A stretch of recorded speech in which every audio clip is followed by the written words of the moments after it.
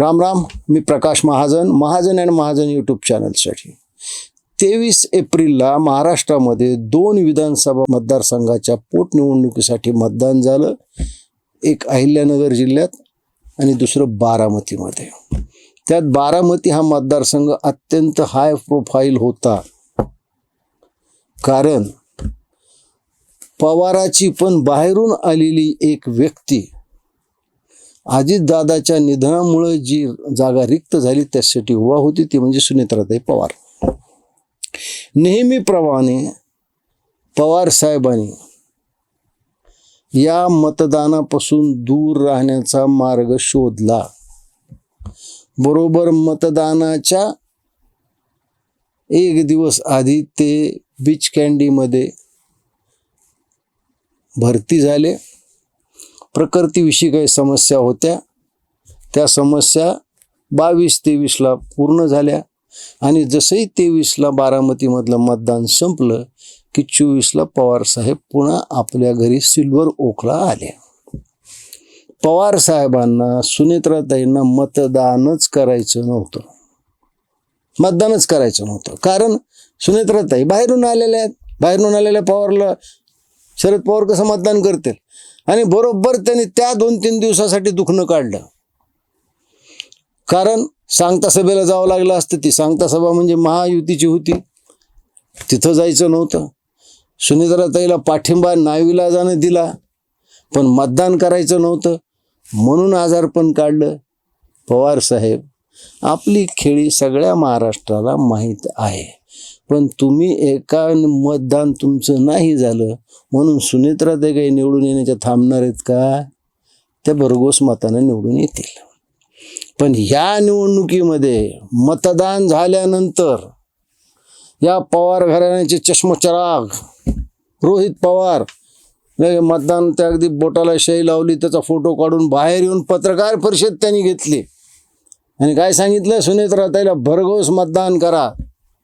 खरं म्हणजे अशी पत्रकार परिषद घेता येते का? पत्रकार परिषद घेऊन मतदान ज्या दिवशी चालू आहे त्या दिवशी आव्हान करता येतं का नाही, हा निवडणूक आयोगाचा प्रश्न आहे.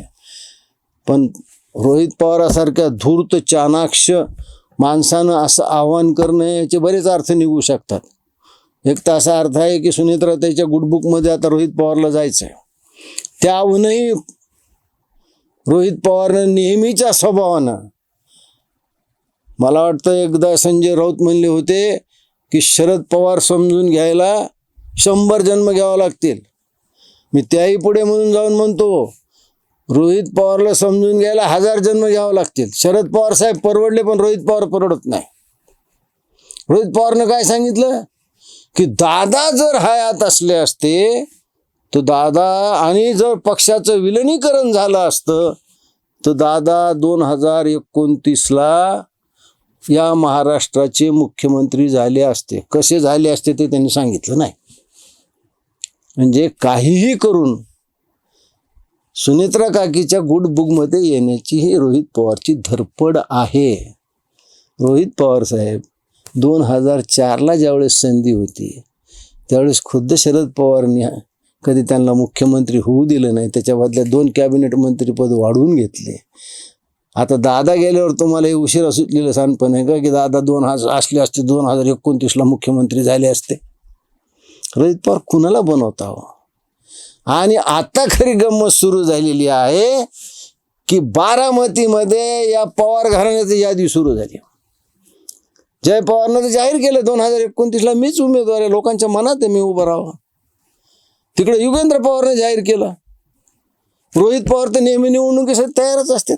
अरे काय बारामती म्हणजे तुमची 7-12 नोंद आहे का बारामतीची आहे की तुमच्याशिवाय कोणी तर निवडणूक लढू नये? पवार साहेब, तुमच्या डोळ्यासमोर ही यादी चालली आहे. जरा आठवा, आपण कुणाकुणाच्या घरात अशी भांडणं लावलेली आहेत. बीड जिल्ह्यामध्ये मुंडेच्या घरात भांडण लावलं, क्षीरसागराच्या घरात भांडण लावलं, पंडिताच्या घरात भांडण लावलं. अरे तुम्ही कुणाकुणाच्या घरात भांडण नाही लावलंय? तुमच्या डोळ्यासमोर तुमची ही 4थी पिढी एकमेकाच्या अंगावर आता मुसळं घेऊन धावत एकमेकाच्या अंगावर की आता बारामतीचं कोण नेतृत्व करणार, मी उभा राहणार. शरद पवार तुम्हाला कोणी विचारणं सुद्धा झालंय हो. कुणीतरी पवार, ते मग काय राजेंद्र पवार कोणीतरी सांगितलं, श्रीनिवास पवार यांनी, ते आता साहेब दवाखान्यातून आलेत आणि ते दोघाला बोलून घेतील आणि निर्णय सांगतील. काय निर्णय सांगणार आहेत? पोरं ऐकण्याच्या बाहेर गेलेत. आता तुमच्या डोळ्यासमोर तुम्हाला सगळं पाहावं लागेल. तुमच्या अशा कृष्णकृत्यानं किती घरं बुडालेली आहेत, किती घरातली करती माणसं हाय खाऊन मेलेली आहेत. तुमच्या समोरच पवार साहेब, तुम्हाला या पवार घराण्यातली यादवी पाहावी लागेल. याच्यावर तुम्ही कुठलाही उपाय काढू शकणार नाहीत. सुनीत्राताईला बाहेरचा पवार म्हणून तुम्ही हिनवू शकता, पण रोहित पवार आणि जय पवार जो उद्या भांडायला उभा राहिले तर कोणता पवार तुम्ही खरा म्हणणार आहे ते एकदा सांगा. तुम्ही नेहमीप्रमाणे रोहित पवारच्या बाजूलाच उभा राहताल हे आम्हालाही माहिती आहे, पण पवार साहेब, उतार वयात तुम्हाला हे पाहायचं नशिबी आलं. जर तारुण्यात तुम्ही चांगलं काम केलं असतं तर कदाचित उतार वयात हे पाहावं लागलं नसतं.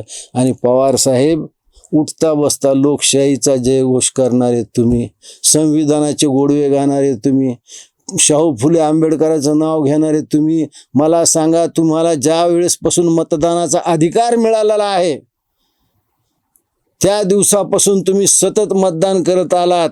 तुमच्या आयुष्यातली ही पहिली घटना आहे की तुम्ही यावेळेस बारामतीमध्ये जाऊन मतदान केलं नाही, कारण तुम्हाला सुनीत्राताईंना मतदान करायचंच नव्हतं. तुमच्या मनात एक त्यांच्याविषयी आडी होती म्हणून तुम्ही आजारपण काढलं. ही किती दुर्दैवाची गोष्ट आहे. लोकशाहीच्या मार्गाने आहे ती सगळी पदं उपवून घेतल्यावर सुद्धा तुम्ही मतदानाला गेला नाहीत. याच्यात तुम्ही किती मकलाशी केली, किती आजारपण दाखवलं, तर जनता तुम्हाला पक्क ओळखून आहे.